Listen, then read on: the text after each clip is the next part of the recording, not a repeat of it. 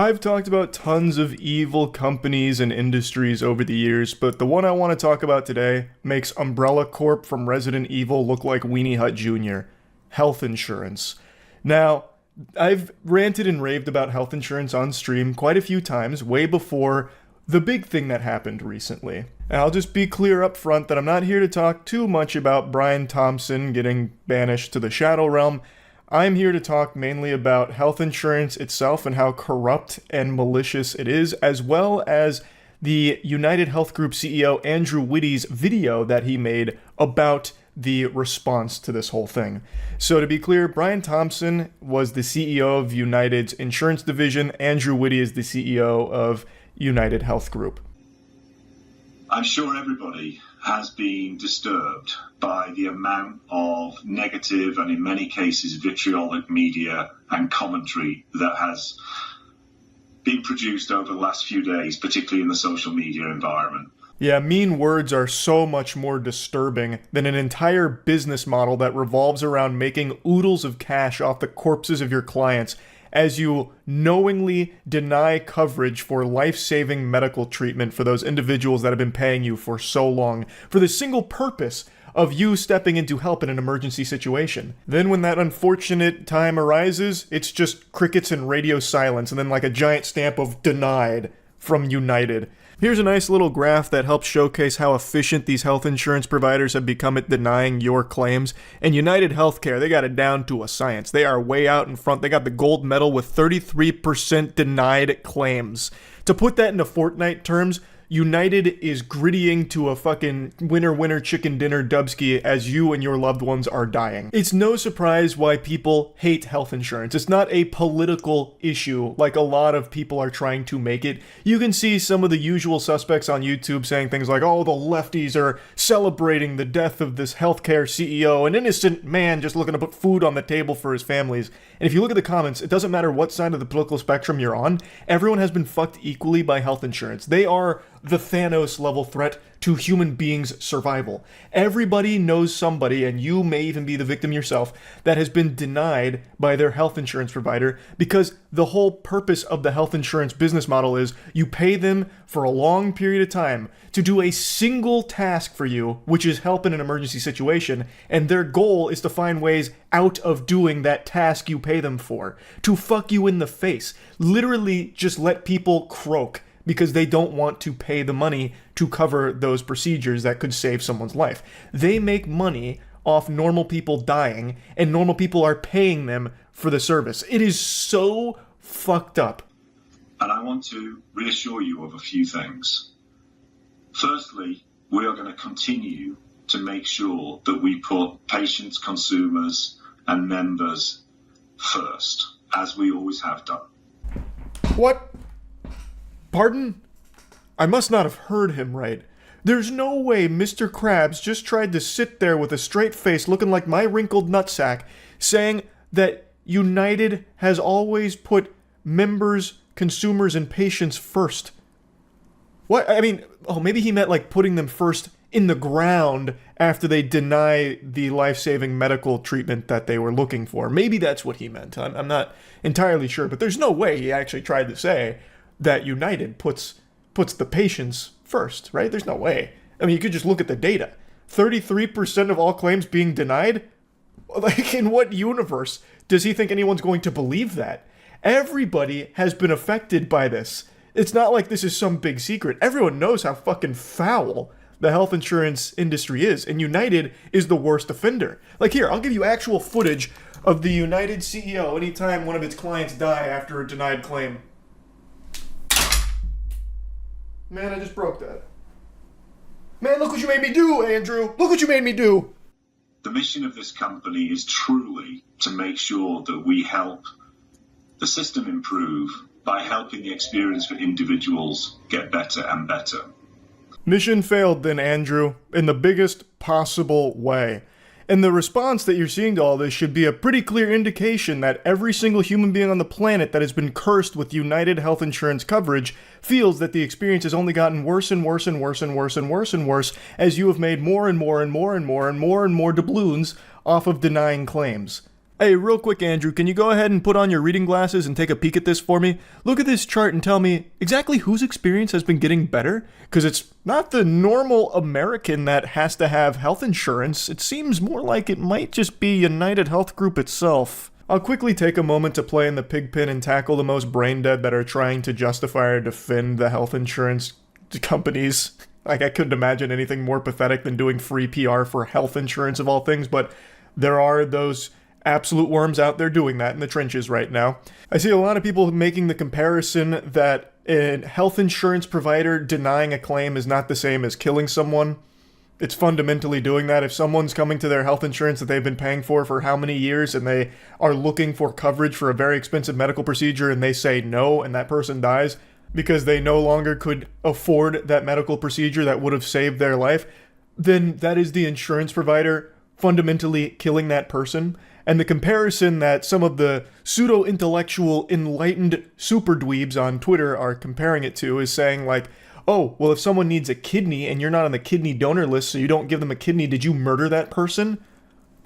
Shouldn't even really need to explain why that's absolute dog shit, but I'll go ahead and do it anyway. Was that person paying you for years and years with the sole purpose of you donating that kidney to them should they need it? Probably not. They weren't a client or anything like that. Like, not being a kidney donor is completely different than being a health insurance provider who is paid for a sole task, and then they do everything they can to not do that task. And then when someone dies as a result of their refusal to do that task they have been paid for, that is the health insurance provider having a big hand in that person's demise. Another pretty obvious difference here is that giving a kidney is an extremely big deal. Like, that is a risky thing to the person who does it. Whereas in health insurance, the only risk in paying for someone's medical procedure is that your shareholders might not get as many millions of dollars because now you might actually have to start doing what people are paying you for.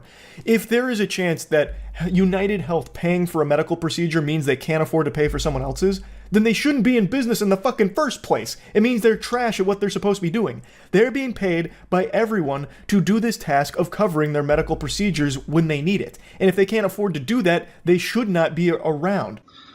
There was nobody who did more to try and advance that mission than Brian Thompson.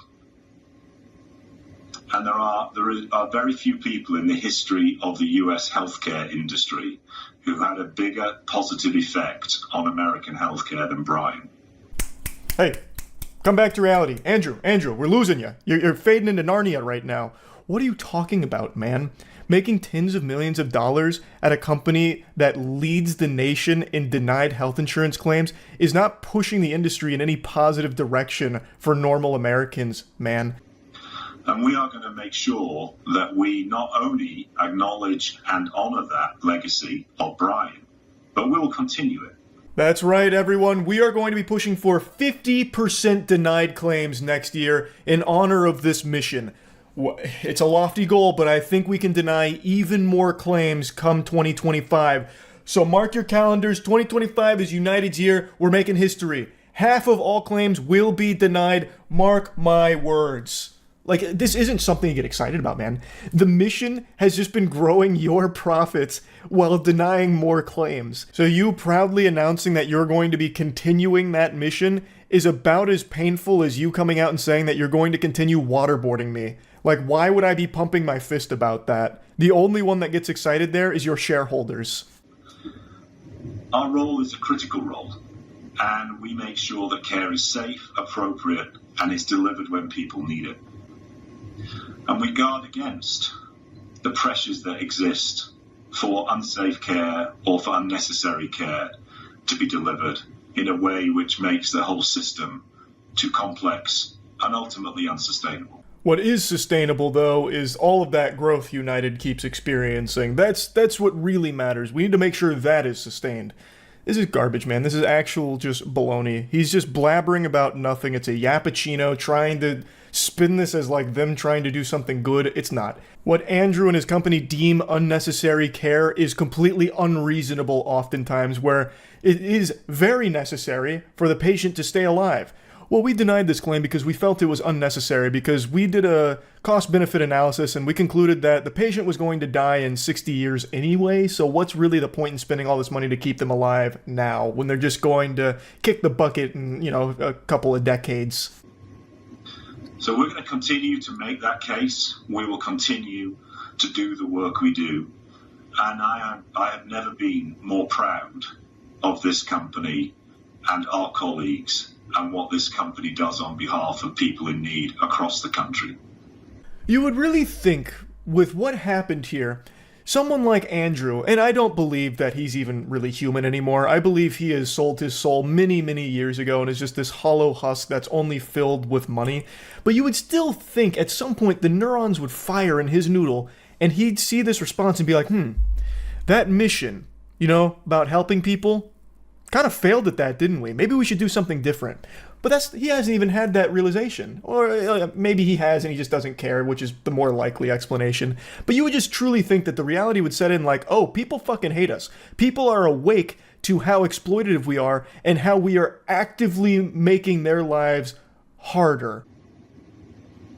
I encourage you to tune out that critical noise that we're hearing right now. It does not reflect reality.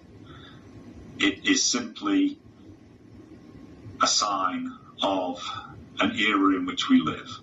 Great advice. All those people talking about how corrupt this industry is, yes, please plug your ears to that so that way you don't actually hear from the victims of our business model. We don't want you to start feeling sympathy for the numbers on our bottom line, all right? We need to make sure that we don't look at them as anything real. They're just imaginary NPCs for our money, and we like that money, don't we? It's just so crazy. It's so crazy. He's saying that it doesn't reflect reality. Brother, that is the reality. These are your clients that are coming out and sharing their experiences. It doesn't get any more real than that. As opposed to your fucking barnacles that you're vomiting out here, that is the fraudulent fakeness. The reality is that people have been fucked by your health insurance company and plenty of others. The industry is rotten to its very core, and people know that, which is why this isn't some big political issue of left and right. Everyone is united in how hard they have been fucked and how many times they have seen people be affected negatively by this industry. And this guy just refuses to let that set in, and he's trying to brainwash his employees to just be numb to it and pay no attention to it. What we must do is focus on what we know to be true. And what we know to be true is that the health system needs a company like United Health Group, and it needs people like Brian within it. We're fortunate that within this company, we have so many people driven and inspired in the same way that Brian was, and we will continue in our journey to help everybody who needs it within the health environment. It's just crazy. I know I don't need to keep ranting about it, but it actually does just blow my mind that he would even say things like that, which are so provably false. It's honestly like almost a threat that they have plenty of other people like Brian in the company that are as inspired as Brian and focusing on what Brian was focusing on, which is clearly the profits in the company and denying more claims so they can make more money. That's a bad thing. And he's just talking about it like it's an accolade to be super proud of and something to be excited about. It's just frightening. It's actually just frightening. So yeah, I wanted to rant about health insurance a little bit. That's it. See ya. This morning when I got up, a buddy of mine gave me a late Christmas gift. Santa Claus must have forgot this one in the bag, but he sent it to me. It was a clip from Madam Web, a clip that I had already scrubbed from my memory. It's where she's edging a Pepsi can for like 5 scenes in a row. So she's like fidgeting with it, she's caressing it, fondling it, playing with the tab on it, and never actually opens it. And this goes on for like 2.5 minutes or something like that, where many scenes back to back to back, she just has this Pepsi can and she's just like she's doing a fucking secret handshake with it. Narratively, the reason she's doing that is because she wanted a beer. So the natural human reaction to not getting a beer and getting a Pepsi instead is to then start groping your Pepsi can for 2.5 minutes like an absolute lunatic. And it reminded me not only of how horrible Madam Web is, but also how we got to this point. with Sony Pictures CEO Tony Vinciquerra just being a delusional imbecile. A few days ago, he came out to publicly defend and deflect for the Sony lack of Spider-Man Spider-Verse, where they produced these films for Spider-Man villains that took them and made them into basically what ChatGPT thinks heroes are. And these films have not been received well. It's been flopping more than when I take my cock out of my shorts to tinkle. It has been nothing but embarrassing movies that they have produced. And Tony Vinciquerra can't wrap his head around why they're not performing well. And it just showcases that the leadership at these massive companies is so out of touch that it's sickening. The reason they're not performing well should be obvious. Because the movies are bad and it's things nobody wants. Even conceptually, this formula that they tried to cook up here is just dog shit. It's a recipe nobody wants to eat. You're taking Spider-Man villains, hold the Spider-Man, and turning them into heroes. Not even anti-heroes, but in the lamest possible way, like CW level hero slop. It makes no sense. I don't know who it's for. Out of all of the Sony lack of Spider-Man Spider-Verse, the only ones that have at least done decently in the box office are the Venom films. And it's not like they're amazing movies, but they're significantly more entertaining than the others that they've pumped out. The Morbius, the Craven, the Madam Web, all that. Like, Venom has worked to a certain extent because it's at least silly fun, at bare minimum. The others are a tedious chore to sit through. It's more stimulating to listen to a lecture on ATP in an anatomy and physiology course than it is to go see a Sony lack of Spider-Man Spider-Verse film.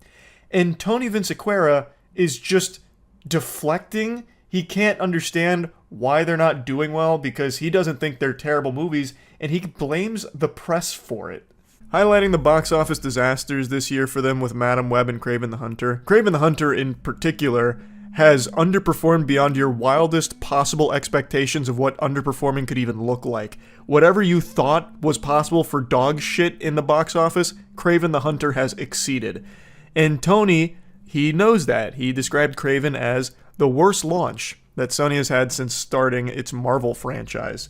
And then also added, so that didn't work out very well, which I still don't understand because the film is not a bad film. Tony, come back to reality, man. Not only is it a bad film, but no one wanted to see it in the first place because it is a company that has a reputation for pumping out bad movies in this genre. And it's also a movie about a Spider-Man villain that doesn't have Spider-Man in it, so why are people going to go watch the villain be the hero? It doesn't... Who is this for, Tony? It's not for you because you're not watching it. I know you haven't seen this movie, Tony. Don't you ever lie to me again. Don't you ever tell fibs. Liars go to hell, Tony. So stop it. Cut it out. You haven't seen this movie, because if you did, you would know exactly why it hasn't done well. It's a bad movie. It also didn't help that the director of Kraven had to come out and publicly beg people to give the movie a chance. That is so sad, like begging people to show up to your birthday party. The director's saying people have got to give us a chance and come out and support this film and literally try to wash away some of the other stuff that's happened. Give our film a chance. Even acknowledging shortcomings in this fucking lack of Spider-Man verse. And anyone who was suckered into this by the director pulling on their heartstrings, well, you know what they got rewarded with? A bad movie! Kraven sucks! It's not good. Anyone who went to see it wasted their money and time with seeing it. It's better than Madam Web, though, but that's the lowest possible bar you could ever set for something. And Tony actually had some very interesting words about Madam Web. Madam Web underperformed in the theaters because the press just crucified it. It was not a bad film and it did great on Netflix. For some reason, the press decided that they didn't want us making these films out of Kraven and Madam Web, and the critics just destroyed them. Tony, Madam Web is a pile of shit with fart on top. I don't expect him to come out here and be like, look, we know this is trash. We know the movie's trash. I don't expect him to do that. But he can at least have some dignity here and throw away the delusion for a second and be like, oh, these movies underperformed and we need to take a step back and understand that maybe we weren't delivering the quality that fans would expect from these properties.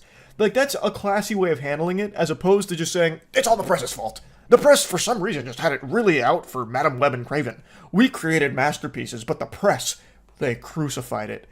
No, man. People with eyes crucified it.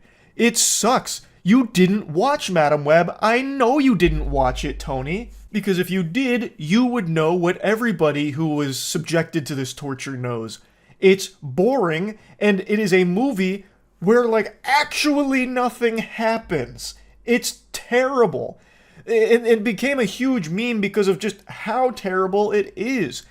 Oh man, that was the guy that was with my mother when they were researching spiders right before she died. Like, that became a huge meme. It's bad in every possible department a movie can be bad in. The action, for how little there is in here, there's like 2 scenes of action, is horrible, where like the ambulance crashes through that building at one point, and it's going to miss the main villain. I don't even remember who the villain is. I don't remember his name or anything about him. I just remember this scene where the ambulance is crashing through a building, it's going to miss him, so the villain jumps in front of the ambulance so it'll hit him. Every part of this movie doesn't work. That is why Madam Web didn't do well. Not because the press had it out for Madam Web for some reason. It's just not a good movie. Tony just loves passing the blame and has the convenient excuse of the critics and the press. They also did it with Venom, but the audience loved Venom and made Venom a massive hit. These are not terrible films, they were just destroyed by the critics and the press for some reason. Now, there has never been a time in history where people have less faith in critics than now. So I promise you, it doesn't matter what the critics are saying, it's not really going to change how people feel when they leave a movie. In fact, a lot of times, people will go see a film in spite of how much they distrust the journalists that cover it. This is not an excuse that works. Like, I fucking can't stand, like, IGN, for example. But if IGN said Venom was the worst movie ever made and I go see it and I like it, I'm not going to let that IGN review change the way I felt about the movie. This is a stupid scapegoat that you're trying here, Tony. Now, of course, I do still believe that sometimes reviews, if they're just overwhelmingly negative, will scare some people away from seeing it, and those people will be more reserved and wait to see what others say. But I think in cases of like a superhero movie, the people that are planning to see it are the same ones that are probably going to already distrust the critics and the press and what they say about a film. The big thing is no one wanted to go see these because they're not interested in seeing them, and they already knew that they were likely going to be bad. Completely regardless of what the press was already saying about it. Now, in the case of Venom, Venom is also not an amazing movie. There is not an amazing movie in the Venom trilogy, but that trilogy is at least fun. There's action, there's charm, there's comedy that works from time to time. So those movies are entertaining to watch. Craven, Madam Web, Morbius, those movies are a slog. They are a chore to sit through. It's a punishment if you have to watch one of those. Like, it's not comparable. It seems like they're finally throwing in the towel for this strategy that just has not been working at all, saying, I do think we need to rethink it just because it's snake bitten. If we put another one out, it's going to get destroyed no matter how good or bad it is. Again, that's just hope you haven't made a good one yet. Like, that's the problem. Tony just being all pathetic about it and pouting. You know, even if we made a masterpiece, everyone's just gonna call it stinky anyway. Like, brother, you just haven't made anything good. It's also a bad idea that you tried in the first place. Look, man, it didn't work. Move on. But stop trying to push the blame onto the way the press reacted to the bad movies. Anybody that watched them will say the same thing about them, that they just weren't good. Like, Craven and Madam Web are 2 of the worst movies of the year. But anyway, though, the reason I'm talking about Tony is because it's a good insight into the people that lead these massive corporations and just how far from the public consciousness they are, where he is with a straight face saying that the reason Madam Web and Craven are failing isn't because they're bad movies, because they're not. It's just because of the press. That's so delusional. They are just not good movies. Again, I don't expect Tony to come out here and eat a mouthful of ass on it, being like, yep, these movies are garbage. I just expect him to just be more honest about it and say, like, hey, looks like you guys weren't responding super positively to these films, so we're going to re-strategize this approach to this universe. Like, that's, like, you're acknowledging that people don't like them without making excuses for it, and you're talking about how you're going to go forward and hopefully learn from this failure. But in today's day and age, there is no such thing as a CEO that gets it. It's just like Ubisoft here, constantly doing the same shit and wondering why it's failing without ever taking a moment to see the root cause of what's causing the failure. That's exactly the street Tony is walking right now. The Ubisoft path. But with terrible, no Spider-Man movies that he's pumping out. I am curious to see what they plan to do going forward now, though. Honestly, they should just sell the rights. Like, they clearly cannot use it very well. I think it is about time they just fully throw in the towel and call it quits on it. But regardless, even if they do continue this path going forward, not going to bother me much because I like bad movies. But unfortunately, almost all of these haven't been fun bad. They've been waste of time bad, which is the worst kind. But I guess we'll see what happens next for Sony Pictures here in this universe they've built up. It's really about it. So yeah. I have to talk about this goober, and I apologize because I know so many people are tired of hearing about AI, but I cannot fight this urge. It's like Gollum with the one ring here. The more and more I read about this dweeb, the less and less I can resist speaking about it. An AI artist, and that is a word I'm using very loosey-goosey when referring to this gentle sir, has the chutzpah to attempt to appeal the Copyright Office's decision to reject copyright protection to his AI-generated art piece. His name is Jason M. Allen. You've probably seen this picture that he AI-generated because it won an art competition like 2 years ago, and it was a huge story because AI art had just won an art contest, so it led to a lot of hoopla. He has tried to copyright that piece. It was rejected. He's salty, and he's attempting to appeal it. I believe the Copyright Office made the right decision saying, no sir, and just putting the kibosh on that. Copywriting an AI-generated piece is like trying to copyright a fucking wet dream that you had. It's so silly. And Jason M. Allen's attitude about AI art, I think, is just so pretentious and misguided that it is compelling me to talk about this because I just think it's so delusional. He described his creative process with Midjourney as an iterative process where he provides detailed and repeated prompts to generate images. He argues AI is simply another tool like a brush or camera. I would challenge anyone to prove that it's otherwise. It is a program, it is a machine, it's a device that people can use to technologically make their lives more efficient. Hey pal, you just blow in from Stupid Town? I'll accept that challenge, Jason. A brush or a camera does not create anything for you. You, behind the camera and the brush, still have to make the art.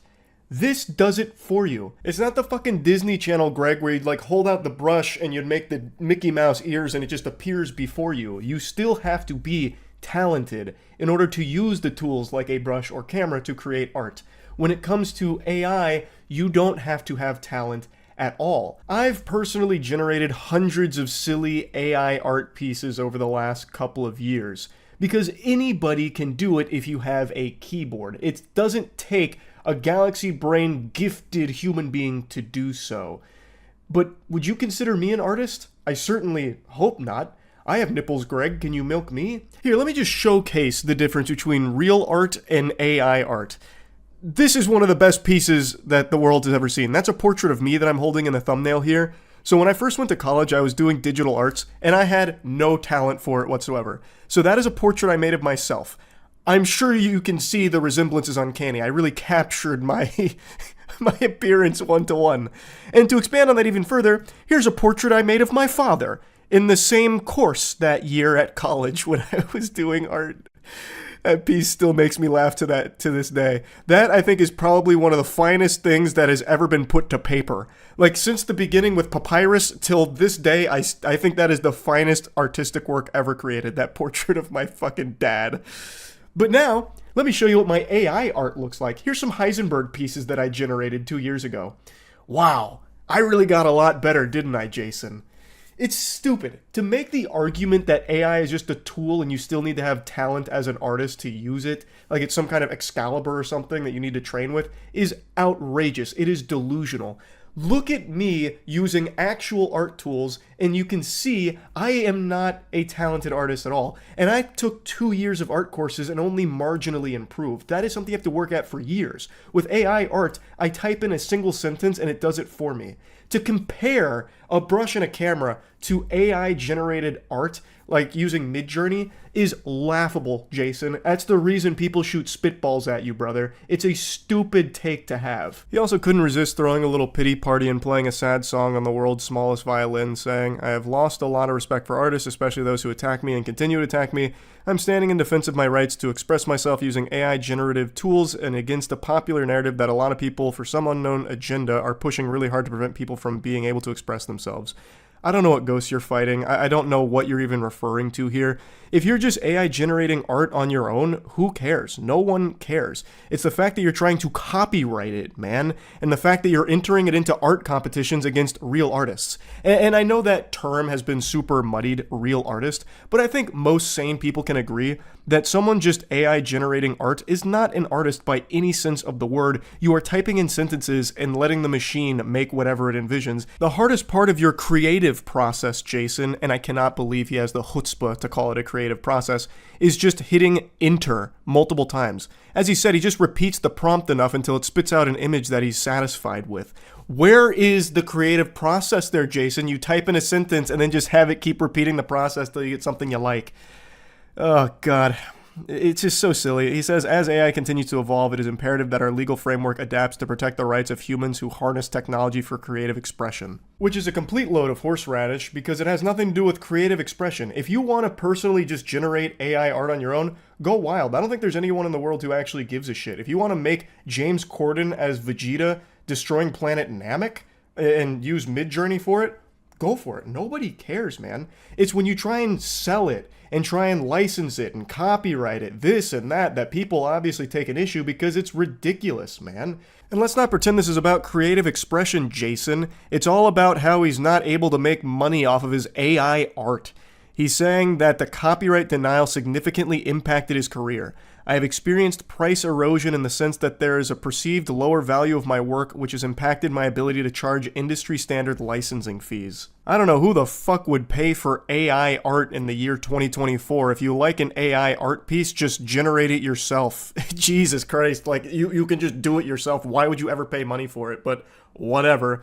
He then went on to say that it put me in a terrible position with no recourse against others who are blatantly and repeatedly stealing my work. It's kind of ironic, don't you think, Jason? AI art is trained on real artists' work in order for it to generate the way that it does. Blatantly just stealing their work and copying it in order to generate pieces based on it. I also love that there's a little peek under the hood here. We get a little taste of the secret sauce. He told the office that he created the art with the generative AI system Midjourney by testing hundreds of prompt iterations. My God, backbreaking labor. He typed hundreds of words, damn it, and altered it with Photoshop. Yeah, I'm sure he did a ton of altering.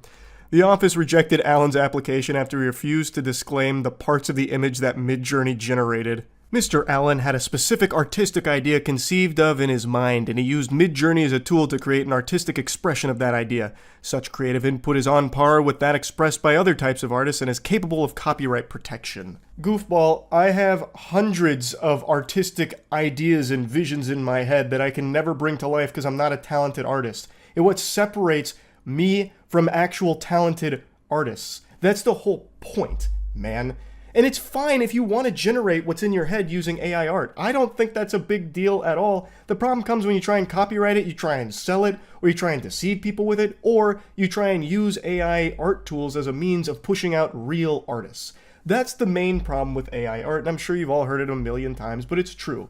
Companies are going to be shifting to AI art because it's cheaper and they can infinitely generate art without needing to pay actual artists a salary or anything. And it is a grim future because of things like that. But if you want to generate AI art pieces that just take what's up here in your noodle and put it onto a picture, go for it. But why are you going to try and make the argument that you're some real artist, you're going to try and copyright it, you're going to try and license it? It's stupid. I think that's so dumb. If Jason was just a little more honest with himself, like, hey, I just kind of typed sentences into Midjourney and I got a really cool picture from it, then no one would care. But right now, he's opened a goddamn case about it because he's so butthurt that they refuse to protect his AI-generated piece with a copyright protection. Like, what the fuck, man? It's so dumb. It's so dumb. I had to talk about this. So anyway, that's really about it. See ya.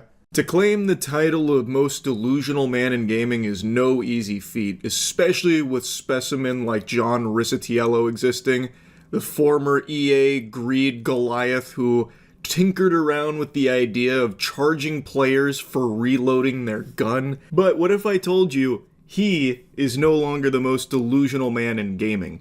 It sounds impossible, right? Because that guy is a fucking mutant. Who could possibly beat that? Well, there's a new lolcow on the block that no one would have expected. Leslie Benzies.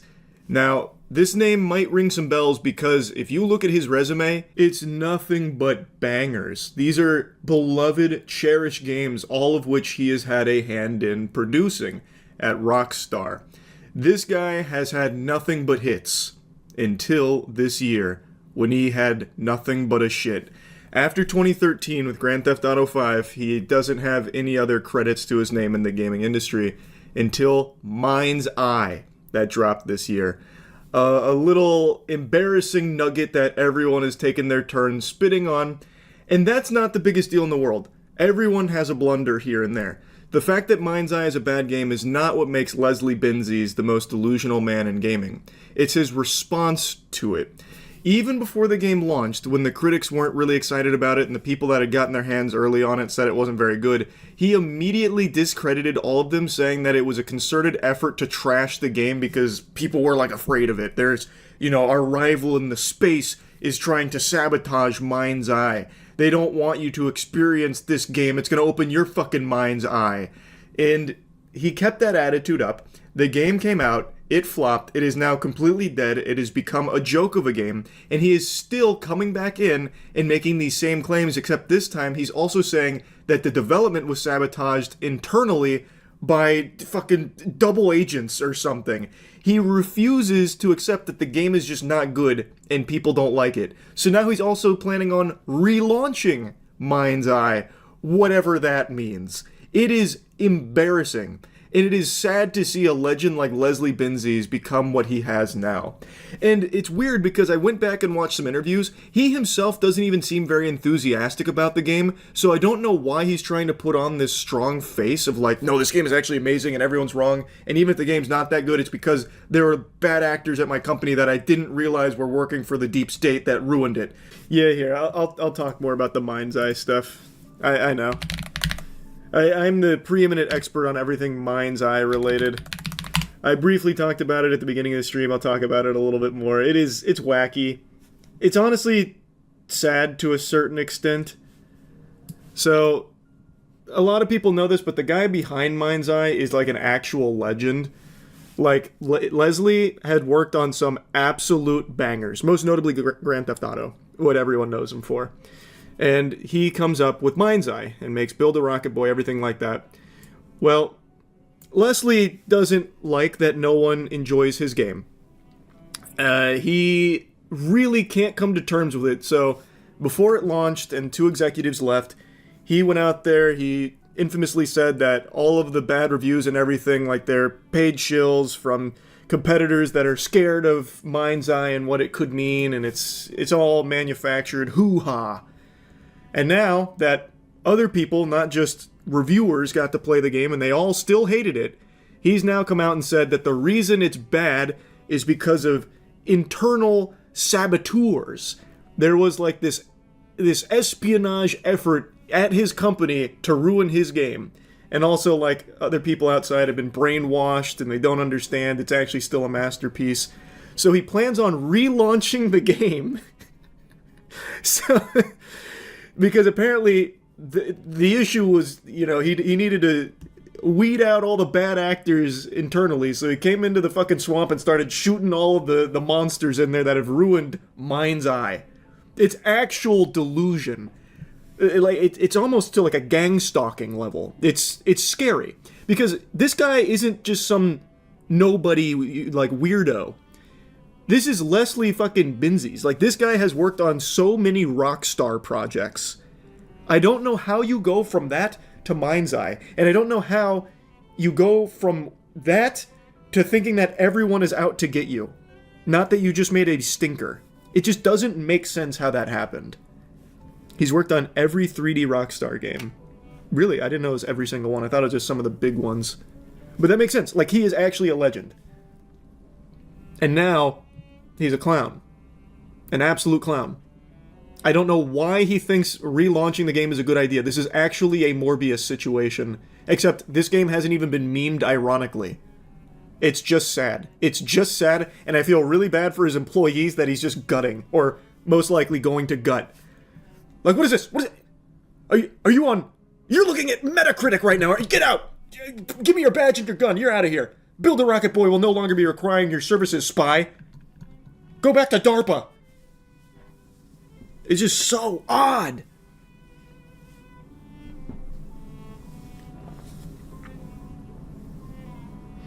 Are we going to play it again? I will 150,000% not be playing the relaunch. No fucking way. No. No siree.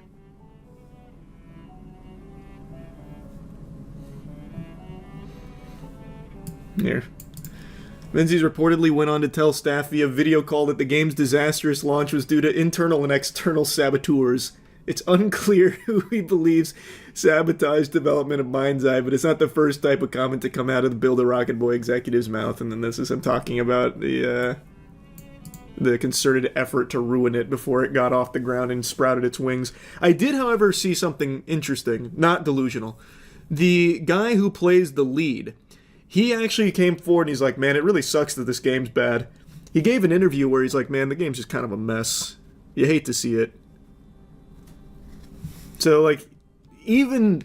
I mean, I'm assuming Leslie has now labeled that guy a traitor, and he's going to try him for treason or something, but, like, anyone who plays the game, anyone who's seen the game can tell you it's just not a good game. And for some reason, Leslie can't wrestle with that. He can't come to terms with that. He's blaming everybody and everything else, literally creating his own boogeyman. It's, I don't know, it sucks to see. Like, it actually sucks to see. I do think the guy who played the lead is a talented guy. I agree with that. I feel bad for him. Like, he is not a bad actor. Like, he is pretty solid. They promised wheels that spin. Yeah. Well, that was one of the saboteurs. The reason the wheels don't spin is because the guy responsible for making them spin, he was working on Rockstar's payroll in order to ruin it. It's like this whole thing is deep. It's like the plot to Andor. You don't understand. You don't see what Leslie sees. There was nothing promising in that game. What could they possibly add to it? I have no idea. It's also extraordinarily odd how he's coming out and it's like, the development was ruined by saboteurs, but it's like, Leslie, did you not play the game yourself? Did you not see the game before it shipped? If you really think that somehow your developers did some, like, under-the-hood weirdness to ruin it, wouldn't you have seen it before you shipped it? He's acting like this is some big surprise that came out of nowhere. I think they made a fake build to make him think it's Game of the Year material. Can you imagine? Like, they trapped Leslie in a Genjutsu at the Build a Rocket Boy headquarters, and they just fed him, like, the actual Game of the Year Mind's Eye. He had no idea how shit the game was, because they were just giving him, like, the best thing. Fucking Infinite Tsukiyomi over there. No, I have no idea what he actually means by relaunching. He's not exactly clear. I don't know if he's doing, like, a new version of it, or if he's actually just dropping the same stinker twice. I don't know. I don't think he's explained what exactly he means by relaunch, not that I've seen. Wow, player count's already at 20, or down to 22? It's thriving. Last week, the studio began a 45-day consultancy period that is required by UK law whenever a company is planning to lay off 100 or more employees. Oh my god. Build a Rocket Boy currently has around 300 UK employees and 200 based abroad.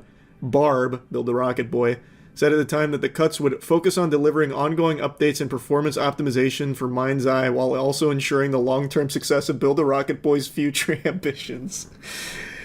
We're trimming the fat. The saboteurs, we've located them. And we're re-educating them at the office right now. Probably like Cyberpunk. I guess, but correct me if I'm wrong, Cyberpunk didn't have this whole thing where it's like, Cyberpunk relaunched! It was just they did a ton of updates, they made the game better, thus it's kind of like a new Cyberpunk than what launched. But they didn't make a whole song and dance about it. They just kept patching the game. I think it means he's going to remake the game by himself, so there's no possibility for internal sabotage. Holy shit, that'd go hard. Leslie has his action hero moment. Fuck it, I'll do it myself. Then he makes his own mind's eye, and it's a masterpiece. If you want something done right, you gotta do it yourself, as he smokes a cigar. You hear about the CEO that fires his employees who don't have six-pack abs because it shows they lack dedication. I already know this is going to be like one of those alpha male things where it's like, it's clear you don't really want it. So you're going to stay a virgin kissless loser if you don't have your six-pack abs and you're not working for me. You're going to stink up the joint. I'm a boss who fires anyone without six-pack abs. I have high standards. Does he also fire anyone that has hair because it makes him feel inferior? I'm going to tell you this, my entire company, my entire team, if you don't have a six-pack, you don't work for us. No, I know. It's called, everybody say standard. How about we raise them? An Arizona sales trainer and car salesman is facing blowback after bizarrely claiming that he won't hire anyone who doesn't possess rippling abs. Does he make all of his employees take their shirt off in front of him like once a week to ensure they're not letting themselves go? Like he has to keep inspecting their body? If it doesn't tingle his winky, he just fires them? Your ab definition is lacking this week, Richard. Go home. You make me sick. Also, why do they need to have abs for being a car salesman? That doesn't make them better at their job. How about we raise them? How about you guys quit getting fucking civilized and you guys quit settling? Are you trying to date your employees or something? Bend them over your desk in the office? What do you mean? Standards of a six-pack ab. It's meaningless to the job. Andy Elliott tells his more than 500,000 followers, six-pack or you're fired. Is this one of those incendiary guys for the sake of trying to generate headlines, I imagine? If you get hired on in... What?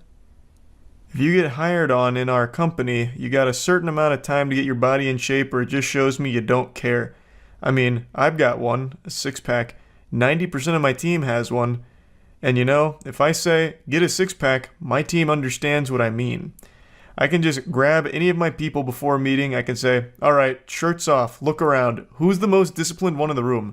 This guy's an HR disaster. I already know he's boinking one of the secretaries.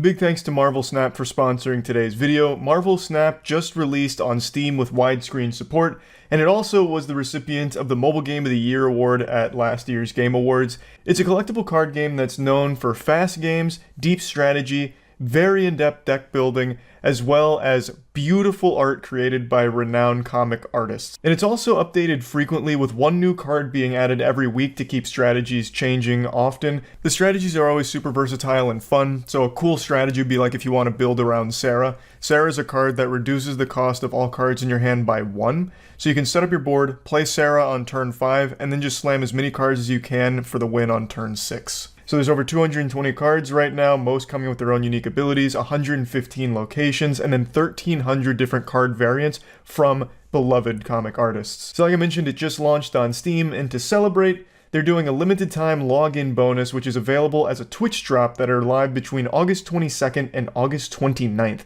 And they're also giving out an exclusive Mech Devil Dinosaur variant for logging in through Steam. So if you're interested in trying Marvel Snap, you can use my link in the description below to get started on Steam right now.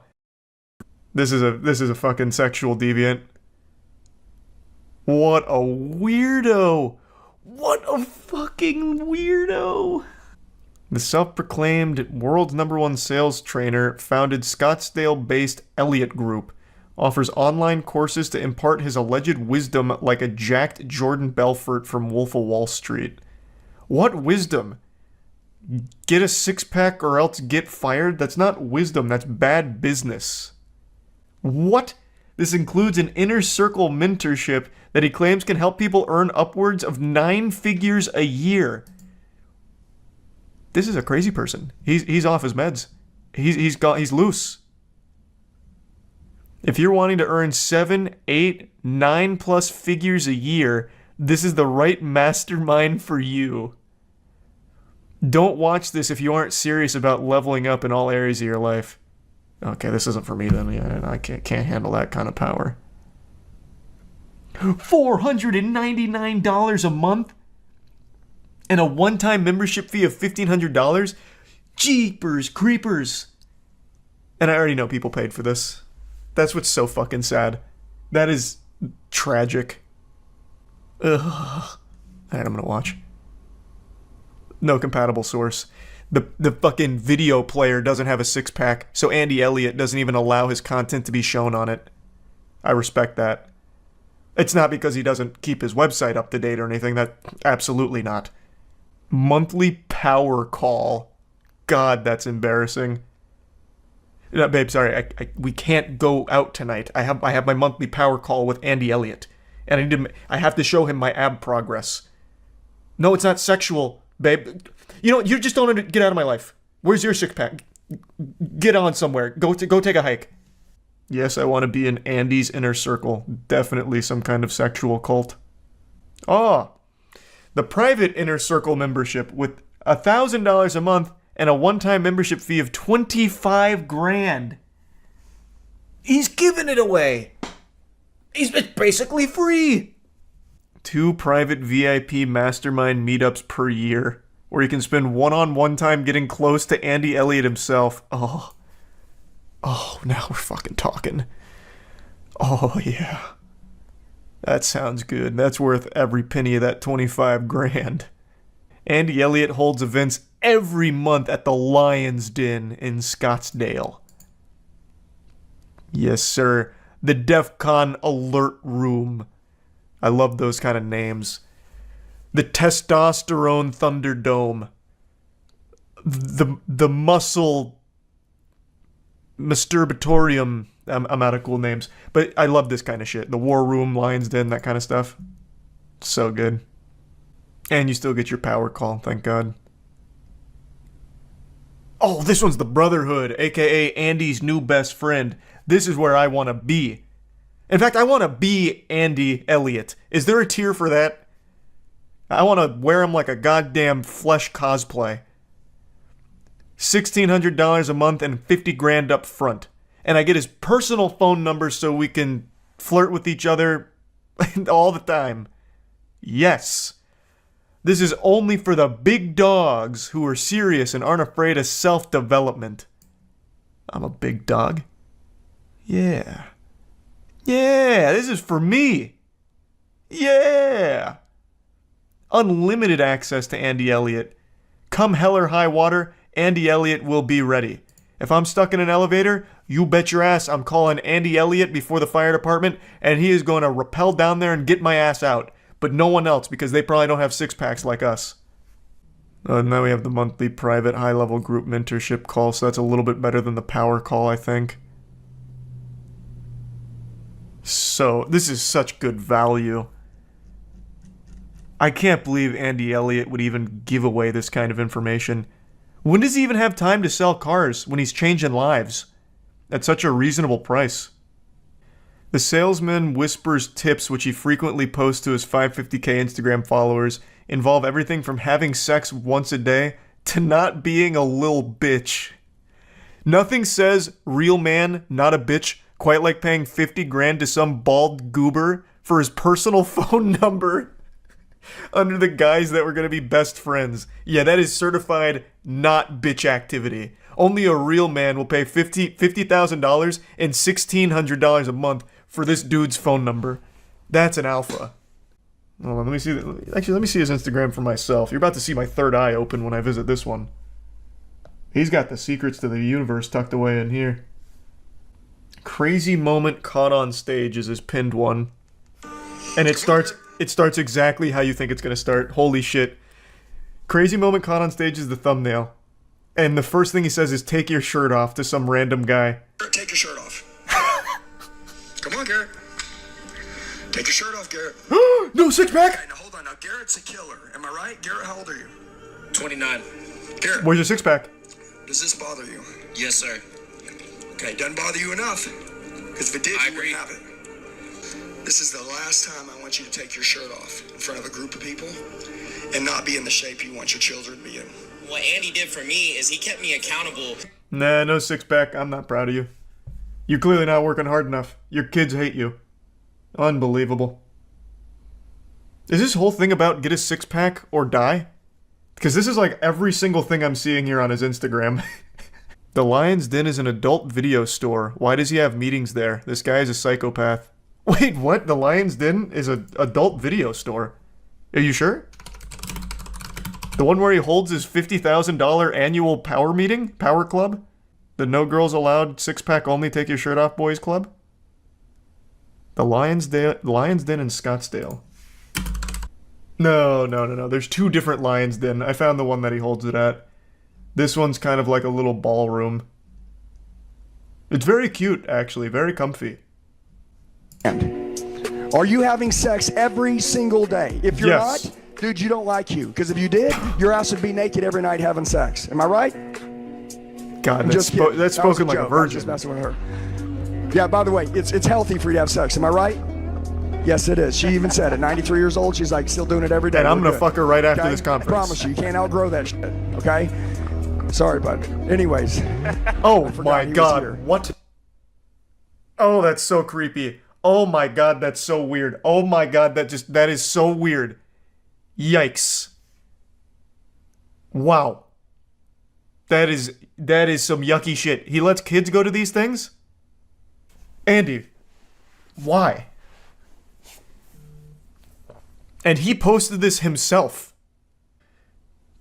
In his latest testosterone-filled tutorial, Elliot claimed that having a cheese grater abdominals are essential to staying on his sales force. I'm going to tell you this, my entire company, my entire team, if you don't have a six-pack, you don't work for us. Yeah, that's the one we were already talking about. If a guy calls me and goes, Andy, I want to make more money today, I'm going to say, do me a favor. Go get a gym pass, check back with me in a month. If you're still working out, you're showing up 5 days a week, you're eating clean, I'll let you buy a coaching program. Yeah, I'll allow you to spend $50,000 on me. That's the Brotherhood. Hit the gym, get back me a month, and then, only then do you have my permission to waste 50 grand and $1,600 a month. You have to earn it. I mean, those are the people sitting in their mom's basement, you know, commenting, or, by the way, or they're people that are sitting there wishing they could kill it in life, just still making excuses for not taking action. I always loved the mom's basement. That shit always comes out so quick. That's the dagger. You guys are just in your mom's basement afraid of spending thousands upon thousands of dollars on my courses. Where you get great advice like, get a six-pack, loser, and nothing else. How many men or women can actually protect their family if someone were to break in and cause harm on them? This is more than just being fit. We're in a world right now where everybody's breaking mentally all around the world. I mean, he's right. And I think the people that are the most broken are the ones willing to pay thousands of dollars to this absolute unhinged lunatic. And it's not like having a six-pack is going to protect your family. Like a burglar breaks in with a crowbar, you're like, wait, look at this. And then you flex your abs on him. He's not just going to get like blinded like it's JoJo's and fall over. Like you don't need a six-pack to have like a gun or a baseball bat to defend your family. Or even be good at martial arts or Brazilian jiu-jitsu, like anything. The six-pack is, in fact, entirely worthless in a fight. If you had a six-pack, your kids would choose you as their hero. Kids like superheroes. What is wrong with you, Andy? If you had a six-pack, kids would love you. Kids love six-packs. It reminds them of superheroes. You want to be a superhero, right? You want kids to love you? Get a six-pack. By the way, you want your wife to admire you. I mean, when you married her, right?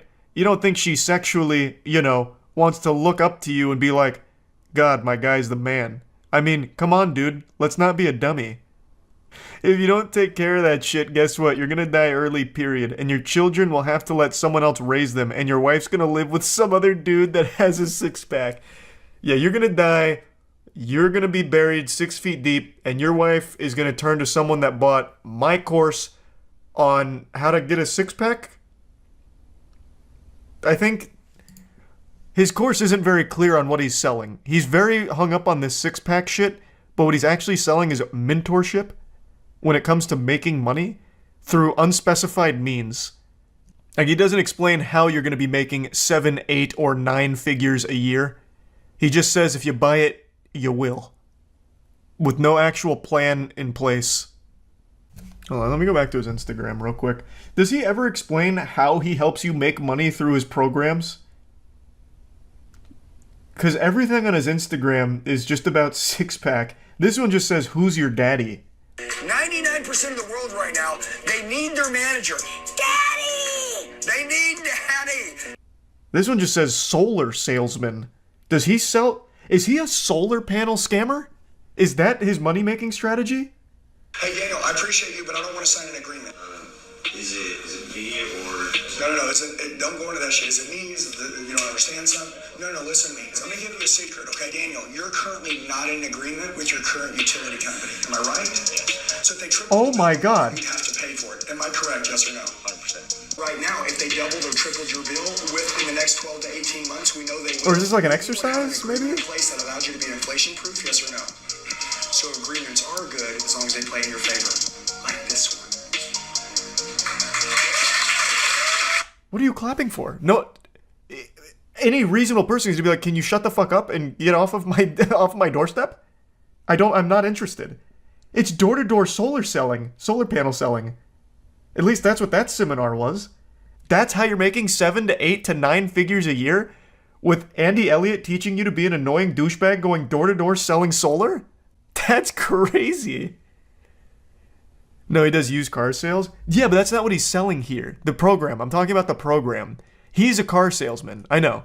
We established that very early on. I'm wondering what he's teaching them. Like what he's supposed to be teaching them to make money. Because he's not hiring them for car sales. At least I don't think so. Not according to what I'm seeing here. He's selling used cars with solar panels. True. But everything here is talking about the secrets to closing somebody. So yeah, and this literally says a door-to-door salesman's secret weapon. Is his program really teaching you how to be more annoying as a door-to-door salesman? When I'm in a home or I'm on a front door, that's your house, wow. That's your porch, these people owe you money, it's time to go collect. I did not expect that. I did not expect that plot twist at all. He is teaching them how to be more annoying as a door-to-door salesman. Amazing. So you're paying, at bare minimum, $500 a month for that. What an interesting rabbit hole. Shout out to the chatter who told me about Andy Elliott. This guy's a fucking amazing goofball. And I feel like I've only scratched the surface on his lore. How and why does he need you to pay 50K to make more money? If you have 50K, you definitely won't need the course. It's just hoping for big fish, like big delusional fish that are willing to part with their money. It actually works really well. I did make something on this a while ago. It's called the self-help guru scam. These are very, very, very lucrative. You position yourself as a guru, and like, you pay me and I'll give you the secrets of happiness, I'll give you the secrets to making money, I'll give you the secrets to love, whatever. And people are more than willing to give everything they have for it. Have you ever heard of Andy Owen? Well, you're about to. I'm gonna drag you kicking and screaming in front of an Andy Owen original here with this big meltdown that she had on video where she made an absolute fool of herself. Now, Andy Owen is the head of Miller Knoll, which is the company most famous for their Herman Miller chairs. They're high-end chairs, and with the way people talk about them, I have to imagine that shit is made out of like unicorn hide or something. Like, it is actually fucking sewn with angel's tears. It must be so fucking comfortable with the way people rant about how amazing they are. I've never seen them, I've never tried them, so I don't really have a horse in that race on whether or not Herman Miller chairs are worth their price or whatever. But all I can tell you is Andy Owen is not worth her salary because she just embarrassed that whole company. In a nutshell, she had a video come out that surfaced where she was telling the employees that they need to stop worrying about not receiving company bonuses. They need to just do the work and everything's going to be all right. They need to focus instead on hitting their company's $26 million sales goal, and that's all that matters. Fuck bonuses, who cares? Meanwhile, she's getting a nearly like $4 million bonus herself. So the employee bonuses are kaput, but hers is still just fine. And her video is just so bad. And it was so bad, in fact, that she has already released an apology. In an email sent to employees, she said, "I want to be transparent and empathetic, and as I continue to reflect on this instance, I feel terrible that my rallying cry seemed insensitive.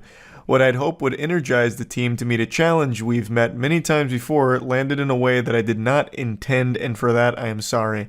Nothing will lessen the power and strength of our collective team. My appreciation for each of you is huge, and I will continue to do everything I can to help us meet our shared goals. Thank you for your hard work, your grace, and for the commitment you show to one another and our company every single day. This is a big nothing burger. This is actual garbage. Like, as far as apologies go, this is about as insincere as it gets. This is corporate PR speak. It's not like she was giving a rallying cry. She literally just started vomiting, just diarrheaing out cliches and just worthless platitudes to her employees before getting visibly angry that her employees were upset about not getting a bonus. And then even told them to leave Pity City. So it's all stupid here. This apology is trash. The most important thing we can do right now is focus on the things that we can control. None of us could have predicted COVID. None of us could have predicted supply chain. None of us could have predicted bank failures. But what we can do is stay in front of our customers, provide the best customer service. Maybe I should really understand the situation beforehand. So this right now sounds like National Lampoon's Christmas Vacation with axing the bonuses last minute.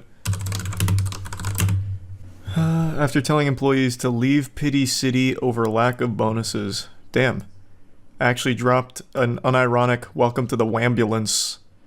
How about a side of French fries? Jesus Christ. CEO of the high-end furniture company is sparking backlash over video in which she exhorts employees to leave Pity City. After some asked about staying motivated in the absence of a company bonus, Andy Owen, whose company Miller Knoll sells the iconic Herman Miller Aeron chair, along with other upscale furniture, responded in a 1 minute 21 second clip. Okay, this is all about the clip. What's like the actual situation though? So it looks like she got a multi-million-dollar bonus and canceled all of the employees' bonuses. Okay. Is there any reasoning at all beforehand? Any like prerequisite lore I need to be familiar with? Doesn't seem like it. Also, Herman Miller chairs I know are like the holy grail of comfort for people. Matt, for example, can't stop talking about Herman Miller chairs. But I've never seen nor tried one. Service we can. Get our orders out our door. Treat each other well. Be kind. Be respectful. Focus on the future because it will be bright. It's not good to be in a situation we're in today, but we're not going to be here forever. It is going to get better. So lead so many by example. platitudes so Treat quickly. People well. Talk to them. Be kind and get after it. Don't ask about what are we going to do if you don't get a bonus. Oh yeah, she's starting to get a little animated. She's literally just regurgitating the biggest fucking cliches of all time. Everything she said there was nothing but buzzword nonsense.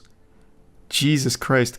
It reminds me of that clip from that streamer who's like, well, why don't we just throw ourselves off a bridge? The world is dying. The animals are leaving.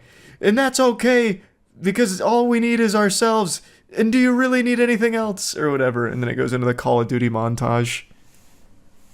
What was that speech again? That's up there with like some of the greats like We Choose to Go to the Moon. I think it was Invader Vice. I think she was the one that said it, right?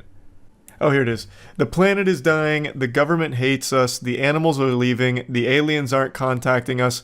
We might be alone, but that's okay because do you really need anyone else? And then 30 Seconds to Mars starts playing. There we go. Found it. I just didn't feel like getting DMCA'd by 30 Seconds to Mars. Jared Leto coming in. Get the damn $26 million. Spend your time and your effort thinking about the $26 million we need and not thinking about what you're going to do if we don't get a bonus. All right? Can I get some commitment for that? I would appreciate that. Damn, she's popping off. I had an old boss who said to me one time, she's getting you upset. can visit Pity City, but you can't live there. So people, leave Pity City. Let's get it done. Okay. Thank you. Have a great day. Damn. Welcome to Shitty City, population Andy Owens. God, good lord. I mean, I think it's totally reasonable, like, hey, can we have our bonuses? And also, why do you get a huge bonus? It seems like she doesn't even have a reason for withholding bonuses or canceling them or whatever. She's like, yeah, there's no bonuses. She doesn't understand people can't even afford to live in Pity City. True, I guess. Not without these bonuses. I also love someone in her position pretending like she's out there making the chairs. Like, alright, it's time we bring ourselves up by our own bootstraps here and start really getting to work on those chairs, alright? We don't need to focus on these bonuses, we just gotta put our head down and do it. As if she's out there with like a fucking wrench and screwdriver. I'll play the Invader Vi clip, but I'm not playing the one with 30 Seconds to Mars.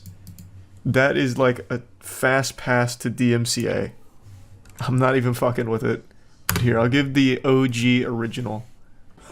Damn, I didn't realize this was like 4 minutes worth of monologue. Faking these things, and that I'm psychotic, that I'm 88 motherfucker, even more into the blanket for it, and I think that we can do it together. Jesus Christ. I don't know that I can't do it by my head, because I come in here every single day, covered in glitter, covered in sequins, covered in booty shorts, covered in nylons, so that I do not violate the terms of service, so that each and every one of you can have both. Oh my god. Oh my god. So you can have a good time listening to me, playing with me, singing with me, smiling with me. You guys, a lot. I'm just throwing ourselves off a bridge. Here we go, here it is. What the fuck is stopping us from just throwing ourselves off a bridge and giving up and saying, yeah, the planet is dying. Yes. The government hates us. Preach. The animals are leaving. The aliens aren't contacting us. We might be alone. It just might be you and me. But that's okay, because do you really need anyone else? And then 30 Seconds to Mars. Damn, that's a crazy speech though. Holy shit, she was in the zone. That was a flow state. I've never seen it in its entirety. I've only seen that ending. But why did she say all that? I don't know, man. I still don't know where the animals were going. There's just a whole lot to unpack with that speech.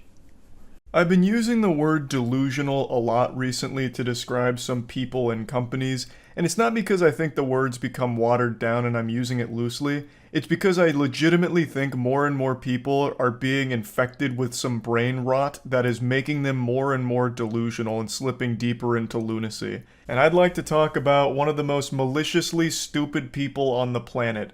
His name's Billy McFarland, and if that name and this picture look familiar to you, it's because this is the goober behind Fyre Festival, one of the most infamous scams of all time.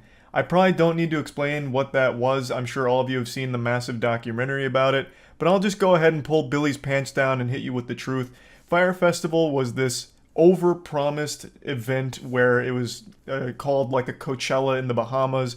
There was supposed to be a ton of celebrity performers, music, decadent food, just a glamorous, luxurious, expensive event that when it finally rolled around turned out to be worse than a Boy Scout camping adventure. People showed up after paying $1,500 up to $12,000 to be there, only to find the accommodations were FEMA tents and packaged sandwiches, and also no musical performers that they were promised. It was a complete joke. It was a scam. He defrauded many people, and Billy McFarland actually served 4 years in prison. He was originally sentenced to 6 years in 2018, but he served 4 and he's currently out of prison right now. And he is $26 million in debt because he has to repay all the victims, and he's hatched a genius idea on how to make that money back. He's hosting another Fyre Festival. I shit you not. I'm not making this up. I'm actually starting to believe in those tinfoil condom conspiracies about the government putting shungite and fluoride and 5G Wi-Fi signals in our toothpaste that are scrambling our noodles. Because that is the only thing that can explain this man's brain. His brain is this stinky soup of scams and bad ideas. Billy McFarland, being fresh out of prison, has openly stated that he is going to be throwing another festival. This time it's called Pirate.